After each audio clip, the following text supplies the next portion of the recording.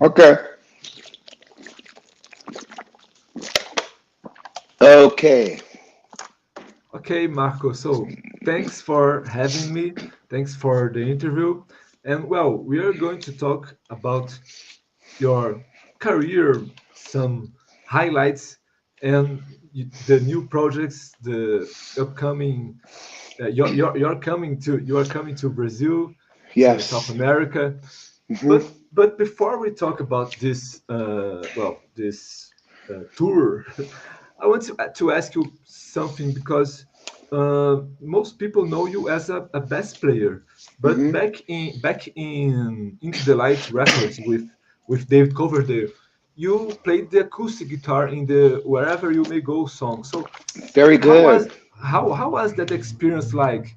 Experience when well, especially since we are used to see you playing the bass. I um I started playing music, a little bit of piano with my grandmother was a teacher, and my parents separated. She came to take care of us, and she was a piano teacher.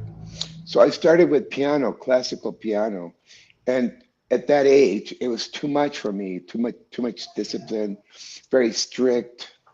Uh, uh, you know, there's only you could play. There's only a certain way you can play classical piano, the correct way, the wrong way, and the correct way. And it was too much for me. So I picked up a guitar. My brother got a guitar for his birthday, and I picked it up. And I found that it was not easier, but I found that I could take the guitar and hide alone and learn at my own pace. Then I started learning chords, the C, D, E, F, Do, Re, Mi, Fa, Sol, La, Si, and I realized that I could play a lot of songs with seven chords or even three chords. So I fell in love with the guitar. I fell in love with the music, and it became more fun for me. So I play a little bit of guitar. Since then, I auditioned for a band that needed a bass player, and I also fell in love with the bass. And that's what got me busy. I really had an affinity to playing bass and singing. It was very challenging to me. So, you put a lot of time in, a lot of energy, you develop skills, and once you become better at it, it becomes more fun. So that's what it was for me. So when David um, was writing this song, I had an acoustic that I was goofing around with, and he wanted that style of playing, like the picker, the acoustic. Dring, ding, ding, ding, dring, ding, dring. And he heard me play it. He says, "I want you to record it." Okay, cool. So that's how it happens. I'm also every so often in the studio. If I'm playing a little bit of piano, I've recorded piano parts as well. So it's all music, and it's all what works for the song, which is very important. But David was really cool that way, and a lot of people don't realize that that's me on the guitar. So I'm impressed. Thank you for finding out. Gustavo Yes, Mayato. Mayato. Okay, well, Marco, and your first solo album, Live for Tomorrow, Mhm. it came out in 2007, and Wow. yeah, many years ago. And well, you had many impressive lineup like Rick Scott and Doug Eldridge. So now, 18 years after the release, what Mhm. are you most proud about this album?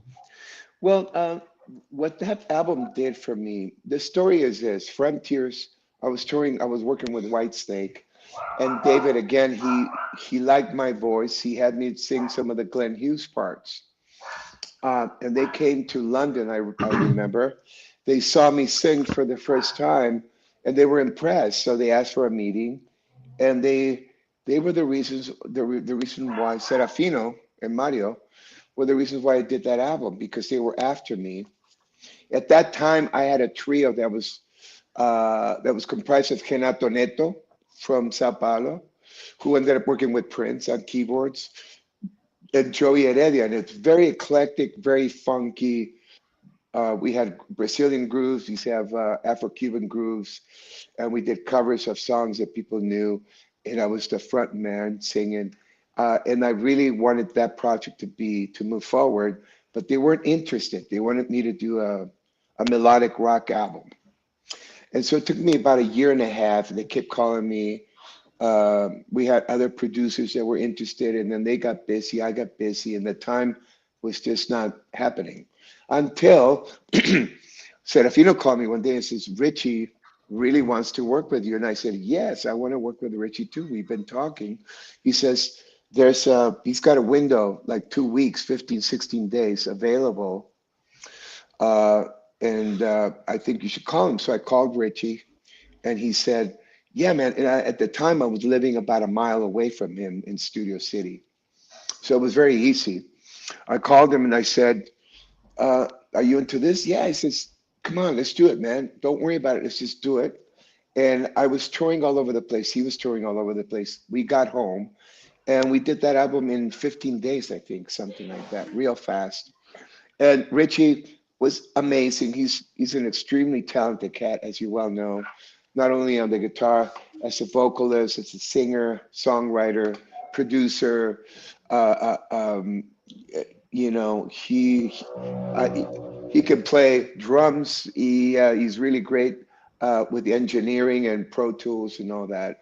So we had a lot of fun, and we did it quickly, and I was really proud of that.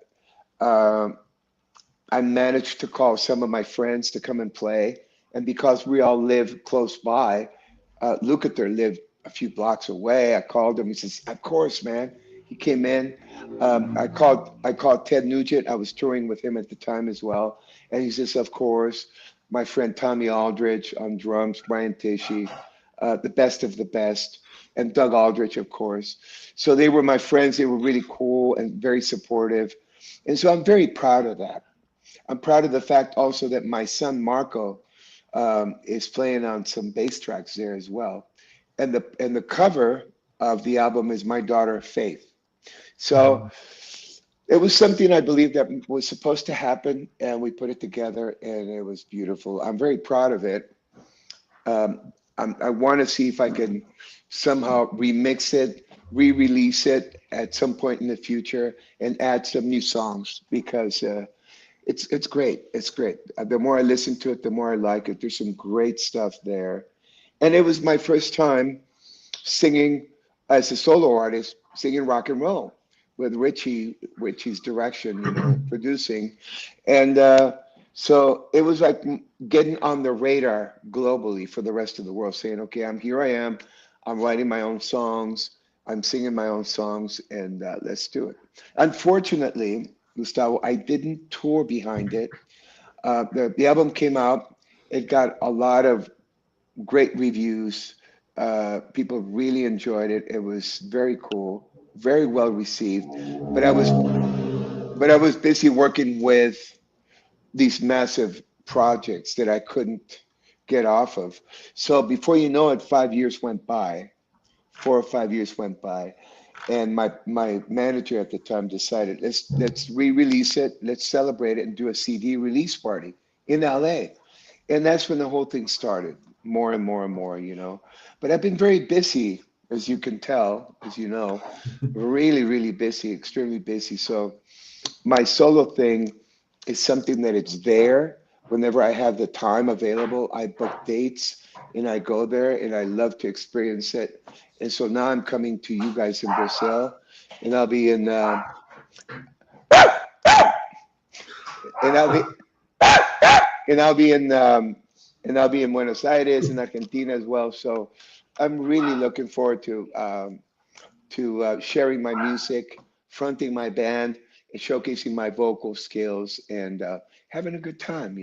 That's I don't take myself too serious.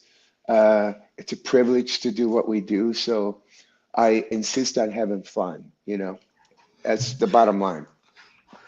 Yes, well, since you mentioned that you are coming uh, well, you're coming to South America, to Brazil, Uh-huh. and you are joining Joe Satriani and Steve Vai as a bassist and lead vocalist. So how does it feel to play along these guys, and how you're handling taking all the vocals live? Uh, I'll be really honest with you, Gustavo. Sorry.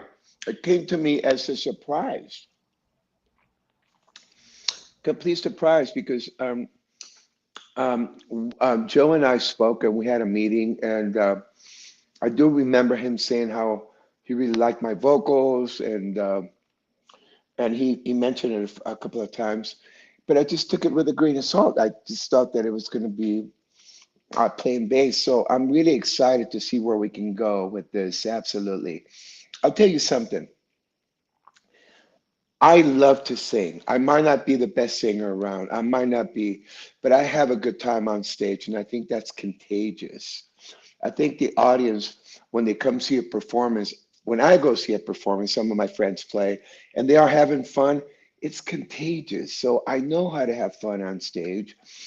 I know how to deliver lyrics and melodies and all that. So I'm looking forward to experiencing that with cats like Joe Satriani and Steve Vai and Peter and and Kenny, amazing drummers, a bass player. Couldn't, one of my favorite drummers of all time. So I'm really excited, Gustavo. If you could look inside me, you could see the little kid jumping up and down, happy. But Well, that, I can't wait to see what we're gonna do, man. Um, it's gonna be fun, to say the least. A blast. yeah, well, that's nice. And well, talking about other other topics of your career. So Hmm. after releasing the All Hell's Breaking Loose with Black Star Riders, you well, why did you decide to leave the band after the first tour? Um, there was a lot of stuff going on internally. Originally, we were flying the flag as Thin Lizzy, and it was Brian Downey on drums, who I love. With all due respect to everybody else, and we've had different drummers, but Brian recorded these songs, and he's got a swing that when you play with him as a bass player, it's so beautiful, man. That's the sound of Thin Lizzy, the foundation. So when he was there, it was great. Darren Wharton on keyboards, who came in and was part of some big albums, Thin Lizzy albums. He was there and singing great. We all got along amazingly great. Um, Sykes was there for a minute, and Scott Gorham. So they were part of the original Thunder and Lightning album. For me, you can imagine the privilege and the honor of stepping in and learning Phil's bass parts and do some background vocals. It was a lot of fun. Something happened, things got disjointed, and John decided not to continue. Sykes, may he rest in peace. He just passed away.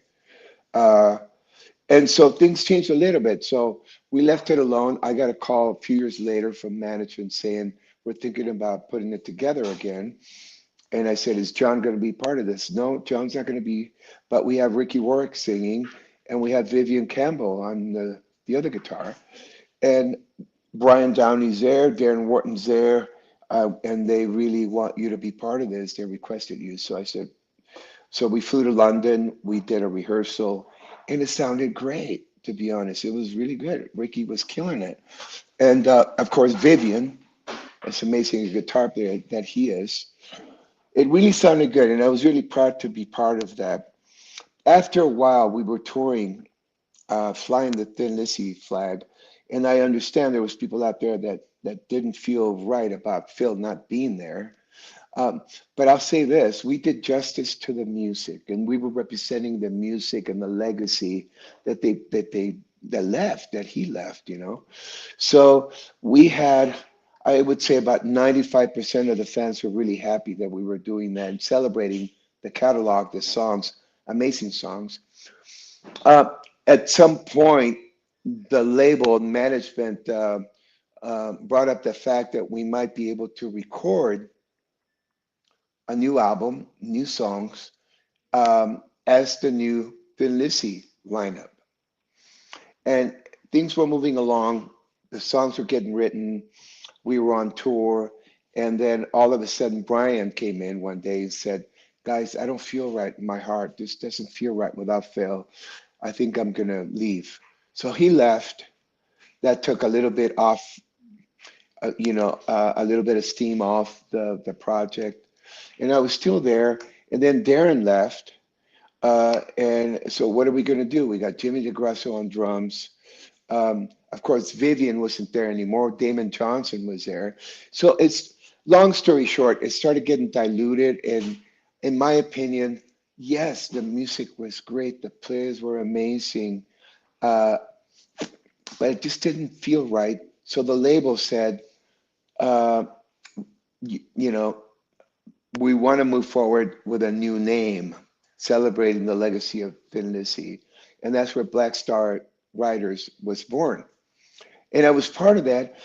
But it didn't feel right, to be honest, Gustavo. After a while, it felt like this just should be another band altogether. And so we did the album, and I was very lucky that I was getting a lot of calls. I was getting Neil Sean was calling me to do something with him from Journey, and then Dolores O'Riordan from the Cranberries was calling me, uh, and we were touring in Australia.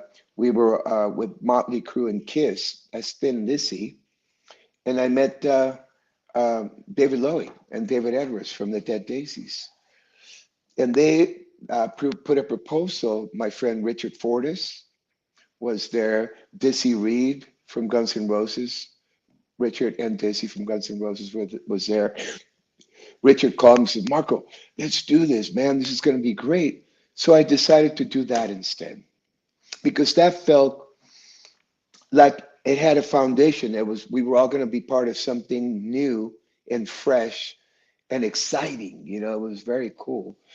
John Stevens on the vocals, and of course David Lowy on the guitar, and we had Frank Ferrer from Guns N' Roses as well.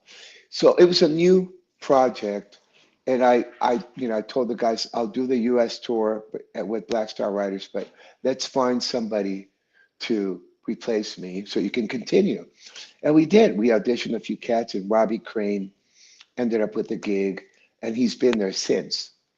So that's what it is. There's a lot of things that happen behind the scenes that people don't understand, you know, because in my opinion, the days of having one band with the same lineup, it's almost non-existent anymore. There's very few. Aerosmith, one of them, which I'm a big fan of. We toured with them.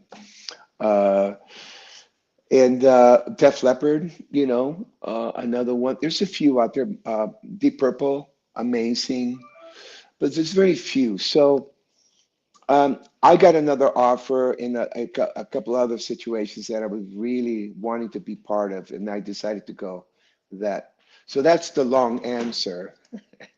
But a lot of things like that. I'm saying that, Gustavo, because a lot of things like that happen all the time.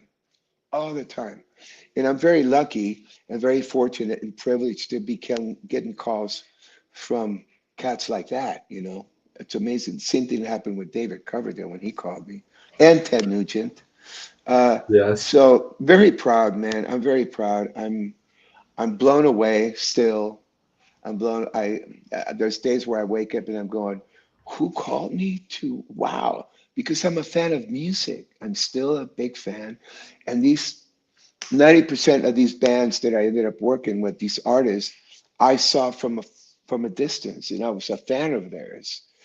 And to get a call, so yeah, it makes you feel like you're doing something right, you know. So yeah, very cool, man. Very, very cool. So you're a fan of Black Star Riders and Thin Lizzy, I'm sure. Yeah, yeah. Well, Great stuff, I man. yeah, well, I've been listening. Impossible not to be a fan. But since you mentioned David Coverdale, I want to ask you. Well, if there is a difference, I think you can tell us what's the difference between working with, well, John Sykes and David Coverdale. What can you say about it? Oh, what is it that you want to know? I mean, they are different people, different personalities, but To be to to be work with, honest, they are both. I could see what could happen because, in my opinion, well, John passed away. John was very strong-headed. He's an alpha. He's an alpha cat, and so is David Coverdale. And if I've learned anything in any project, big or small or medium or whatever, there's got to be the last word, and it's got to come from one person. There's got to be the captain in the boat in the ship that's guiding, and we all have to support that and follow each other and support each other. Um, Very talented, man. That's all I can say. That's how they managed to put those beautiful, amazing songs together. And we tried a few years back. I tried connecting John with David, to be honest, and it just didn't work. They were in they had too many years have gone by, and there was a lot of stuff that happened between them, I believe, and it was our loss because I think if they would have taken the time to get together just to write one song, One um, tour. and one tour. Yeah, and it got really close, and I'm happy to say and proud to say that I was part of that. I was helping it along, trying to put things together with David, and so yeah, it didn't happen unfortunately. But John, as you well know, I did know I have 5, 6 albums that I did with him. I don't remember how many now. The last one was Bad Boys live in Japan. It's a great album. And I'm a big fan of Blue Murder, Tony Franklin and Carmine. When that first album came out, I'm a fretless bass player. I'm a fan of fretless, and I was playing a lot of fretless then. And it's funny, it's coming back again. But so I love that album, and I was so impressed. So when John came to see me at my gig to offer me the Blue Murder gig, I was really elated, is the word. I was really happy and again blown away. And I went into the studio, and they had started on the second album, which ended up being nothing but trouble.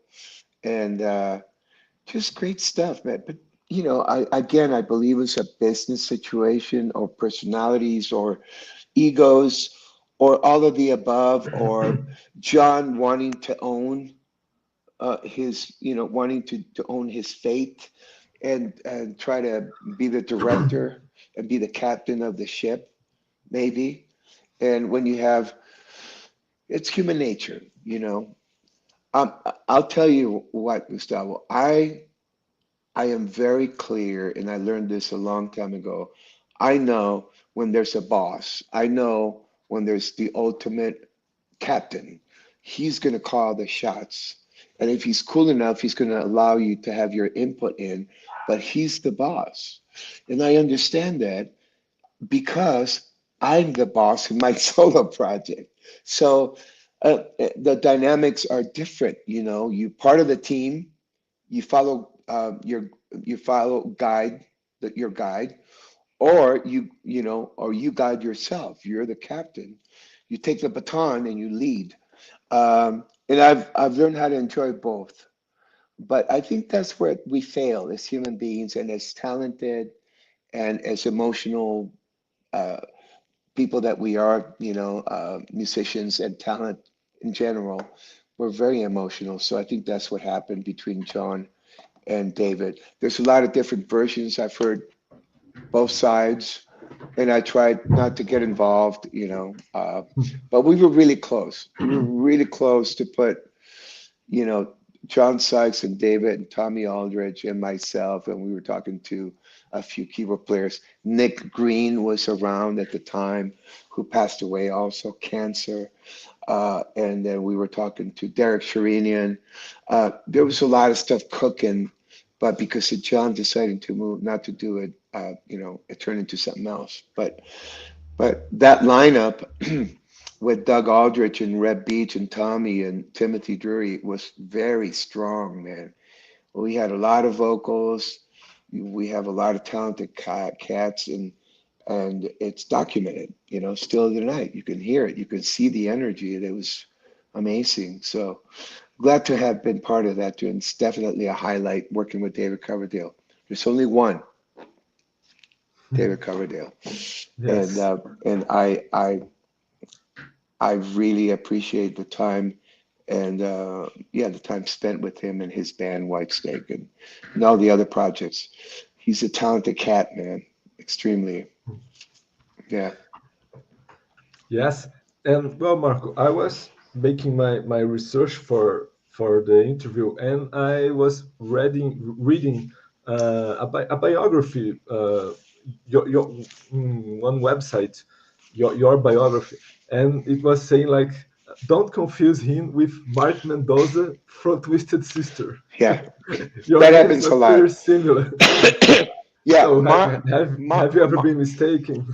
all the time when I started touring with, especially when I was touring with John, Blue Murder, the second Blue Murder album, Nothing But Trouble, in the US mostly, because they're massive. They're massive globally, but the US, they just left a huge mark and great songs, great uh, legacy that they built, and they worked very hard to get there and well deserved. Uh, so people would hear the last name Mendoza and then they would see Mark, but they didn't realize that it was Marco. And I got to meet Mark since then, and we laugh about it. It's a joke, you know. Every so often, people still think that we're the same person, and I don't mind. Listen, honestly, man, I'm flattered that anybody's interested to say hello or that they even notice me. I'm flattered. That's enough. But yeah, we try to educate people and say, I'm Marco Mendoza, and this is my given name, and I believe Mark Mendoza is his stage name. So, which is a cool name, I think. So there you go. But we laugh every so often. I guess he told me he's getting a few as well. So two different people. He's a great cat, Mark, and I believe they're going to try and make an effort to put it together again, which would be amazing, you know. But yeah, that happens. As long as Yeah. they don't confuse me with Maria Mendoza, I'm okay. Oh, okay. And Marco, not Mark. What's like playing with Brazilian guitarist Conrado Pezinato, and what do you think are his best qualities?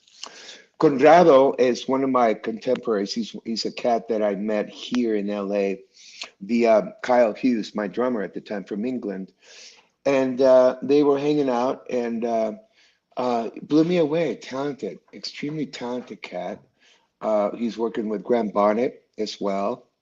And we're actually doing some shows together coming up here in March in the US. We'll be doing March and April in the US with Graham. And so Conrado he definitely is his own man style wise.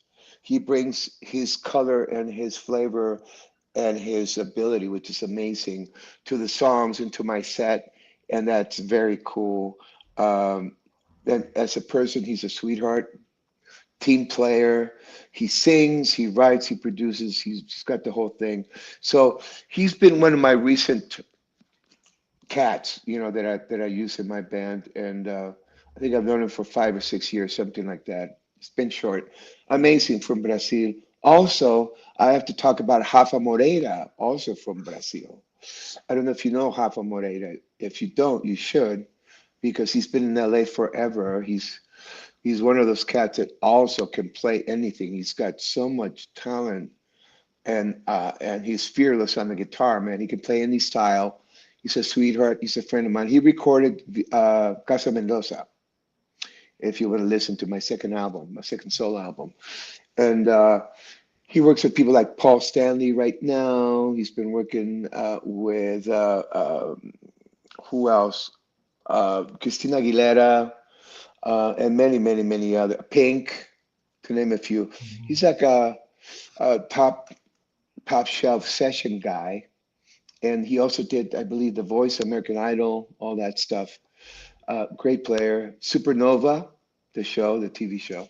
So he's around. In addition to him, Renato Neto. If you don't know who Renato Neto is, he's from Sao Paulo, also Mhm. Brasileiro. He played on my trio, and we had the same band that John Sykes came in to offer me the gig, we were friends with Sheila E. And Sheila uh, was working with Prince at the time, and she brought Prince in.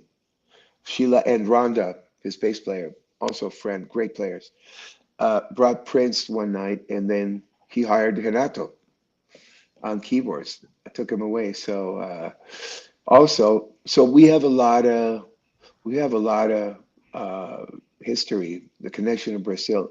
I'm a big Yes. fan. I'm a big fan of Brazilian music. Jobim, Antonio Carlos Jobim. Oh, I appreciate Yvonne Lins. I love so many. Um, in my trio, we actually played a little bit of that. If you have a chance, check out Marco Mendoza Jazz Trio on YouTube. yeah. You came to Brazil Yeah, with your yes. jazz project. Mistura Fina in Rio. We played Yes. in Rio, Rio de Janeiro, and then we went there a couple of times. We played a few festivals. I also came there with Scott Henderson. So yeah, there's a big connection with Brazil. I love Brazil. Feijoada on Sundays, please. Yeah.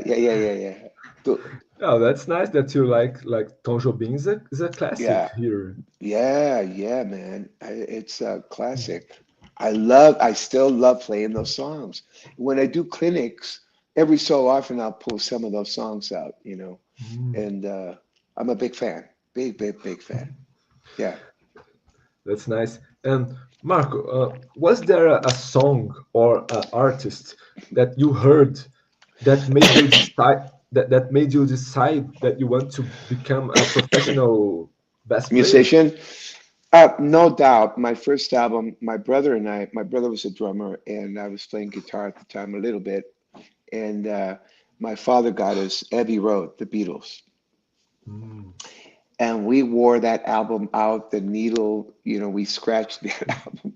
We wore it out because we got introduced to another world of music that, uh, to this day, I think it's been unequaled. It's what they were writing and what they had and what they represented back when I got the album. I want to say 8, 9 years after the release because I was a little younger, but Yes.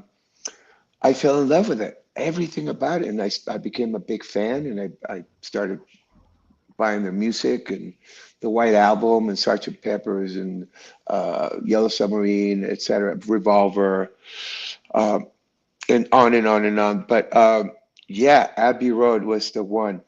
I, I think the seed was planted, and my interest got heightened to the point where I want to play more. I want to learn more music, but I had no idea that this was gonna be my calling for the rest of my life. That this is gonna be my job. So I'm very privileged and very lucky that that I'm still doing it after so many years, and I'm still working. Thank God. Yes. And well, I've noticed that your spirituality, it really stands out. Hmm. Where does that come from in your life? Um, Basically, I grew up in a Christian home. My grandmother was a Christian, and we used to go to Sunday Bible and church and Bible study. And she used to play at church. And so my foundation was a very spiritual one.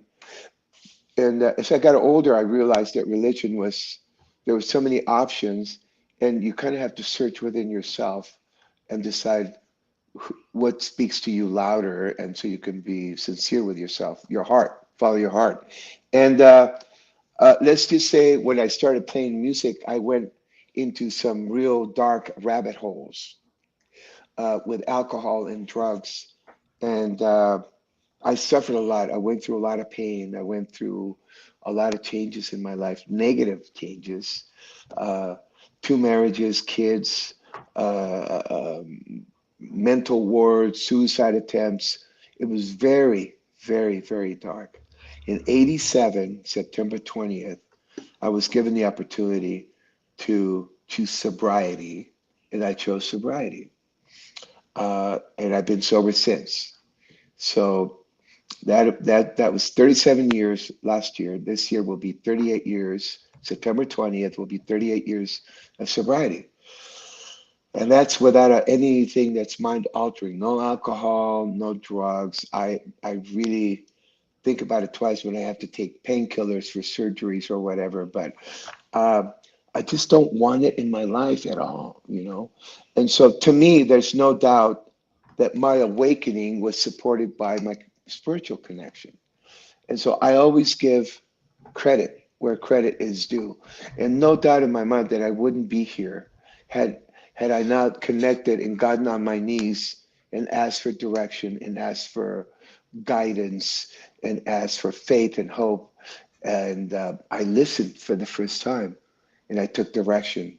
And yeah, one day at a time, 24 hours a day, 1 month, 2 months, 3 months, 3 years, 5 years, 10 years, 20 years, 35 years, and now 38 years coming up September 20th. If I don't drink or do any drugs today, I'll be okay. So, yeah, to me, it's very easy for me to talk, and nobody has to agree. This is my story. This is what happened to me personally, and I call it divine intervention. God intervened in my life and surrounded me with information and people that supported me and guided me through sobriety. Then, after 2 or 3 years of sobriety, I started playing music again, and it was a different. There was a big difference. I realized what a privilege it was, and I met Bill Ward from Black Sabbath, who was doing his first solo album, and he wanted to have surround himself with sober musicians, and that was the door that opened and brought me back into the business. But uh, because of sobriety, directly as a result of sobriety, you know. So, yes, I talk about it because that's my story, and it keeps me sane. It keeps me grounded. I pray a lot. My family, my kids were all Christians. We're not perfect. We're human beings, and we deal with a lot of stuff. We try to do the best we can, and try to be the best human beings we can.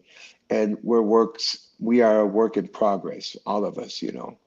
But we understand that there's a bigger story there. So I'll tell you, music has been a great vehicle for me to bring um, positive energy and to bring smiles into people's faces that otherwise would be suffering and hurting and in a lot of pain. Uh, so, yeah, I have to. This is my testimony. This is my story, and because of sobriety, I'm able to be here um, and still play music and celebrate life to the fullest via rock and roll and music, you know? Yes. Well, Marco, we are reaching the end of our interview, but I Yes, have a last question please. for you. It's about the records that have the most impact in your life. If you can name, for example, like 5 records that had a major impact in your life and why. Okay. No doubt, Abbey Road, the musicality, the band, the Beatles, the impact they had in me, they're the reason why I play music today, no doubt, period. Um, um, uh, I was really a big fan of Grand Funk Railroad, uh, and always have been, always will be. Big album for me. Allman Brothers Band live at the Fillmore East, big one for me. Barry Oakley on the bass and Dwayne Album and Greg Allman. And uh, after that, I got into the progressive. I got into King Crimson, and uh, and I got into Yes, Fragile and Close to the Edge, and that's five right there, and so on and so forth. Of course, Deep Purple, with David Coverdale and Glenn. It's just there's so much, man. It's hard to pick five. I have to have 50 of them because every one of them have impacted me and inspired me and filled me with such pleasure and joy and They just inspire me to open doors musically, to go into places. But no doubt, I can't forget Songs in the Key of Life, Stevie Wonder, Innovations, Stevie Wonder, and Heavy Weather. I just got chills. Weather Report with Jaco Pastorius. And Jaco's first solo album, forget it. All the Cream stuff. I'm a big uh, um, fan, of Jack Bruce and Eric Clapton and Ginger Baker. Uh, Black Sabbath influenced me in such a, I mean, there's so many, bro. So, and here I am still doing it and being part of some of this stuff. So yeah, tomorrow you might have the same question and might come back with different 5 albums or 20. It's just so much, man. I'm such a fan. And unfortunately, because I've been working so much, I haven't been staying up to date on what's going on there. There's so much. Hmm. Kings of Leon recently, well, not recently, it's been a few years now, but what they came up with was amazing, man. I love it. I'm a big fan of their stuff and so on and so forth. But I'm also a Frank Sinatra fan. I'm a Joe Beam fan. I am Yvonne Lynn's fan. You know, but so many. And then Glenn Hughes, who's been working with my ex band, the Dead Daisies. They put out some great stuff. So yeah, so much, man. So much, so much, so much. We should do another. We should do another interview in, I don't know, in 6 months, Yeah, maybe. well, we can do it. There's a lot going on now in the next yeah, 5, 6, 7 months. A lot going on. I got an iconic album to do. Iconic. I got the Revolution Saints. I'm now the bass player for that project. I have new music coming my way from my solo stuff, and then the new album with Satriani and Steve Vai. Wow, how exciting is that? My gosh. Yeah, you have no time for interviews. No, no, no, I do. And this is very important. I wanted to say thank you for your support and your time because you guys are critical in us staying in touch via social media with our fans and the rest of the world because that's what it is. So I appreciate you too, man. I appreciate your time, Gustavo. Oh, Yeah, of course. muito obrigado. Muito obrigado. Saudade, Brasil. I Uh, miss it. I miss. I'll be coming there soon. Next week. okay, so Marco, please leave a final message to your Brazilian fans, maybe in Portuguese. Ah, Brasil, saudade, Brasil. Eu sou Marco Mendoza. I can't wait to see you. Come to the show, please. I would love to hug you and kiss you and say obrigado for all the support, el apoyo, so many years, tantos años, and I have new music, my solo music. Please check it out, Marco Mendoza official, Facebook and Instagram, and maybe if we're there on a Sunday, we'll do a little fechada. What do you think? Yeah. Okay, Marco. Well, thanks a lot Muito for the obrigado. interview. And bye bye. Oh, primera-feira, segunda-feira, terça-feira, quarta-feira, quinta-feira, sábado, dominica. See? Sim. Só no... Primeira-feira, não. No, segunda-feira, Segunda. terceira-feira, quarta-feira, quinta-feira. Yeah, perfect. Sexta-feira, sábado e domingo. Sábado, domingo. Okay. Sao Paulo, I can't wait to see you. We'll see you then. Excited, excited, excited. Okay, so, well, thank you very much and bye Peace. bye. Send me the link.